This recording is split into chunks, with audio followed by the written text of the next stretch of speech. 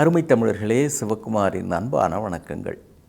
நம்ம அன்றாட வாழ்க்கையில் ஒருத்தருக்கு ஒருத்தர் பேசிக்கிறப்போ ஒரு வார்த்தை அடிக்கடி சொல்லுவாங்க. அது என்னங்க, எனக்கு மட்டும் ஏங்க இப்படிலாம் நடக்குது அப்படின்னு நம்மளே கூட சொல்லியிருப்போம். பஸ் ஸ்டாண்டுக்கு போகிறோம், பஸ்ஸு வரத்துக்கு லேட் ஆகுது, இல்லை கடைசி பஸ்ஸு போயிடுச்சின்னு சொல்கிறாங்க. அது என்னமோங்க, நான் வந்தாலே இப்படி தாங்க, ஒன்று பஸ்ஸே வராது, இல்லைன்னா இப்போ தான் பஸ்ஸு போச்சும்பாங்க, எந்தெல்லாம் ஆண்டவன் இப்படி ஆயிட்டாங்க அப்படின்னு ஒரு சலிப்பு மனசுக்குள்ளே ஏற்படும். சினிமா தேட்டரில் டிக்கெட் வாங்கிறதுக்காக க்யூவில் நின்றுக்கிட்டு பெரிய க்யூவில் நிற்பா, முந்தின ஆள் வரைக்கும் டிக்கெட் கிடைக்கும், போனால் இல்லை ஓவருக்கு அப்படின்டுவாங்க. அது என்னமோ சார் என் தள்ள இப்படி ஆயிட்டான் அப்படின்னு சில சின்ன விஷயங்களுக்கெல்லாம் கூட, அது அவங்கள பொறுத்த வரைக்கும் பெரிய விஷயந்தான். ஆனால் இப்படி அழுத்து கொள்ளுகிற அந்த மனசு இருக்குதே, அது இயல்பாகவே நாம் அப்படி சொல்லியே மனசை பழக்கிட்டோம். நமக்குன்னா எதுவும் சரியாக நடக்காது அப்படின்னு ஒரு ஞான தெளிவு மனசுக்கு வரா மாதிரி நம்ம செஞ்சிட்டோம். ஆனால் இந்த வாழ்க்கையை அலசி பார்க்குற பொழுது சில விஷயங்கள் அப்படித்தான் எல்லாருக்குமே நடக்கும். நான் ஏன் எல்லாருக்குமே அப்படின்னு நடக்கும்னு சொல்கிறேன்னா, அதை கேட்குறப்போ சில பேருக்கு ஒரு ஆறுதலாக இருக்கும், அப்பா நமக்கு மட்டும் இல்லை எல்லாருக்குமே இப்படித்தான் அப்படின்னு. இந்த வீட்டில் கரண்ட்டு கட்டாச்சு அப்படின்னா பாருங்கள், உடனே வெளியில் பையனை கூப்பிட்டு, டேய் வெளில போய் பார், மற்ற வீட்டிலலாம் இருக்குதா பாரு அப்படின்பா. பையன் வந்து அப்பா தெரு முழுக்க கரண்ட்டு கட்டாக இருக்குப்பாம்பா, அப்பா அப்படின்பா. அதான் தனக்கு மட்டும் இல்லை, தெருவிலேயே யாருக்கும் கரண்ட்டு இல்லை அப்படின்னா அதில் ஒரு சந்தோஷம். எனக்கு மட்டும்தான் இப்படின்னு இல்லை, எல்லாருக்குமே பல சமயங்களிலே வாழ்க்கை இப்படித்தான் கொஞ்சம் முன்பின்னாக நம்மிடம் விளையாடும். இந்த டிஹெச் லாரன்ஸ் அப்படின்னு ஒரு பெரிய ஆங்கில கவிஞர் ஒருவர் இருந்தார், எழுத்தாளர். அவர் பார்க்கில் ஒரு நாள் நடந்து போய்கிட்டே இருக்கிறார். அப்போ எழுத்தாப்பில் ஒரு அம்மா, ஒரு சின்ன குட்டி பொண்ணு, அதை கையில் பிடிச்சிக்கிட்டு அப்படி நடந்து வந்துகிட்டே இருக்கிறார். இவர் டிஹெச் லாரன்ஸ் என்கிற ஒரு புகழ்பெற்ற கவிஞர் அப்படின்றது அந்த அம்மாவுக்கு தெரியும், அந்த குட்டி பொண்ணுக்கு தெரியாது. அது இப்படியே அங்கே இருக்கிற புல்வெளியில் அப்படியே நடந்து வர்றப்போ அதுக்கு ஒரே குஷி, அந்த கால்லாம் ஒரு மாதிரி புல் பட்டு ஒரு மாதிரி குறுகுறுங்குதுங்களா, அதுக்கு ஒரே சந்தோஷம், கால்லாம் அப்படி சிரிப்பு முட்டுற மாதிரி இருக்குது. அது சிரித்து கூச்சிக்கிட்டே வருது. எழுத்தாப்பில் இவர் அப்படி வாக்கிங் ஸ்டிக்கோடு நடந்து வந்துட்டுருக்கிறார் டிஹெச் லாரன்ஸ். குழந்தைங்களுக்கு தெரிஞ்சவங்க தெரியாதவங்க இந்த வித்தியாசமெல்லாம் கிடையாது இல்லை, அதை அப்படியே பார்த்துட்டு இவரை பிடிச்ச, அங்கிள் இந்த புல்லுலாம் ஏன் பச்சையாக இருக்குது அப்படின்னு அது கேட்குது. இவர் உடனே, புட்கள் பொதுவாக பச்சையாக இருக்கிறதுக்கு காரணம் பச்சையம், குளோரோஃபில் அப்படின்னு நம்மெல்லாம் படிச்சிருப்போம், அவரும் படிச்சிருக்கிறார்.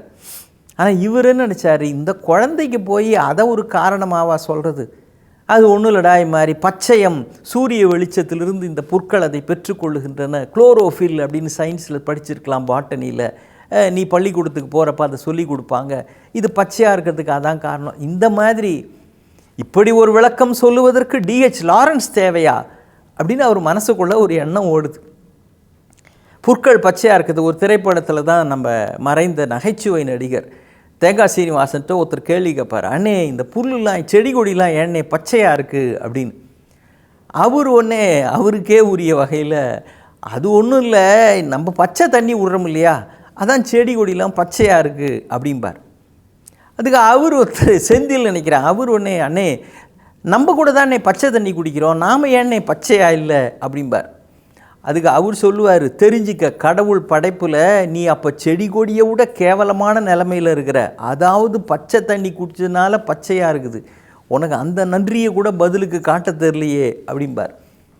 இப்படி ஒரு விடை சொல்லுவதற்கும் விளக்கம் சொல்லுவதற்கும் ஒரு அறிவியல் பூர்வமான விளக்கம் சொல்ல அந்த கவிஞன் மனம் தயாராக இல்லை. அவர் சொன்னார் பாருங்க, அதுடா இந்த புல்லுலாம் விளைஞ்ச நாள்லிருந்தே இப்படி தான் இருக்குது. அது அப்படி இருக்கிறதுக்கு என்ன காரணம்னா, என்றைக்காவது ஒரு நாள் நீ அந்த வழியாக வருவ, நீ இந்த புல்லுலாம் கண்ணால் பார்த்து சந்தோஷப்பட்டு எழுத்தாப்பில் வர எங்கிட்ட இது ஏன் இப்படி இருக்குதுன்னு கேட்ப, உன் அழகான வாயால் இது ஏன் பச்சையாக இருக்குதுன்னு நீ கேட்கணும் இல்லையா, அதனால தான் அதெல்லாம் பச்சையாக இருக்குது அப்படின்ட்டு போயிட்டார். அந்த அம்மாவுக்கு ஒரே சந்தோஷம், ஏன்னா குழந்தையினுடைய வாயினால் கேட்கணுன்னு தான் புற்கள் எல்லாம் பச்சையாக இருக்கின்றனன்ற அந்த கவித்துவமான விடையில் அந்த அம்மாவுக்கு சந்தோஷம். ஆனால் அந்த குழந்தை பாருங்கள் அதை பற்றி கவலையே படல. ஏன்னா அவர் சொல்கிற பதிலை பற்றியே அது கவலைப்படலை. அவர் என்ன பதில் சொல்ல, புல் பச்சையாக இருக்கிறதுக்கு ஏதோ ஒரு காரணம், என்னவாக இருந்தால் என்ன? அந்த மனோபாவம் குழந்தை கேட்டுவிட்டு உடனே மகிழ்ச்சியாக துள்ளிக்கொண்டு மேலே சிரித்து கொண்டு ஓடியதுன்னு இந்த செய்தியை சொல்லிட்டு ஓஷோ முட்டு விடுகிறார். ஆச்சாரிய ஓஷோ இந்த செய்தியை சொல்லிட்டு ஒரு விளக்கம் தருகிறார் பாருங்க. உலகத்தில் சில விஷயங்கள் அப்படித்தான் இருக்கும். புற்கள் ஏன் பச்சையாக இருக்கின்றன என்றால் அதற்கு அறிவியல் விளக்கம், ஆராய்ச்சி விளக்கம் தேடிக்கொண்டிருக்காதீர்கள். அப்படித்தான் இருக்கும் என்று சொல்லிவிட்டு மேலே சிரித்தபடி சென்று விடுங்கள். வாழ்க்கையில் கூட சில விஷயங்கள் எல்லா சமயத்திலேயுமே நாம் விரும்பியது போல் நடக்கலாம், நாம் விரும்பாதது போல் நடக்கலாம். நம் உள்ளம் அதை ஏற்றுக்கொள்ளும், சில சமயம் அதை வெளியே தள்ளும். இது இப்படித்தான் என்று விட்டுவிடுங்கள். எல்லாவற்றையும் ஆராய்ந்து கொண்டிருக்காதீர்கள்.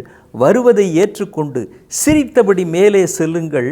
அந்த குழந்தையின் ஆனந்தம் உங்களுக்கு கிடைக்கும் அப்படின்னு ஓஷோ ரஜினீஷ் ஒரு விளக்கம் தருகிறார். ஏன்னா வாழ்க்கையில் பல விஷயங்கள் புற்களை போன்றது தான், சாதாரணமானது தான், அது இயற்கையானது தான். இதற்கெல்லாம் நாம் முரண்டு பிடித்து கொண்டிருந்தாலோ, இதற்கெல்லாம் விளக்கம் தேடிக்கொண்டிருந்தாலோ நம்முடைய அன்றாட பயணம் என்பது தடைபட்டுவிடும். இந்த தெளிவு இருந்தால் அந்த குழந்தையின் குதூகலம் நமக்குள்ளும் நிரந்தரமாக இருக்கும். இன்னும் சந்திப்போம். வணக்கம்.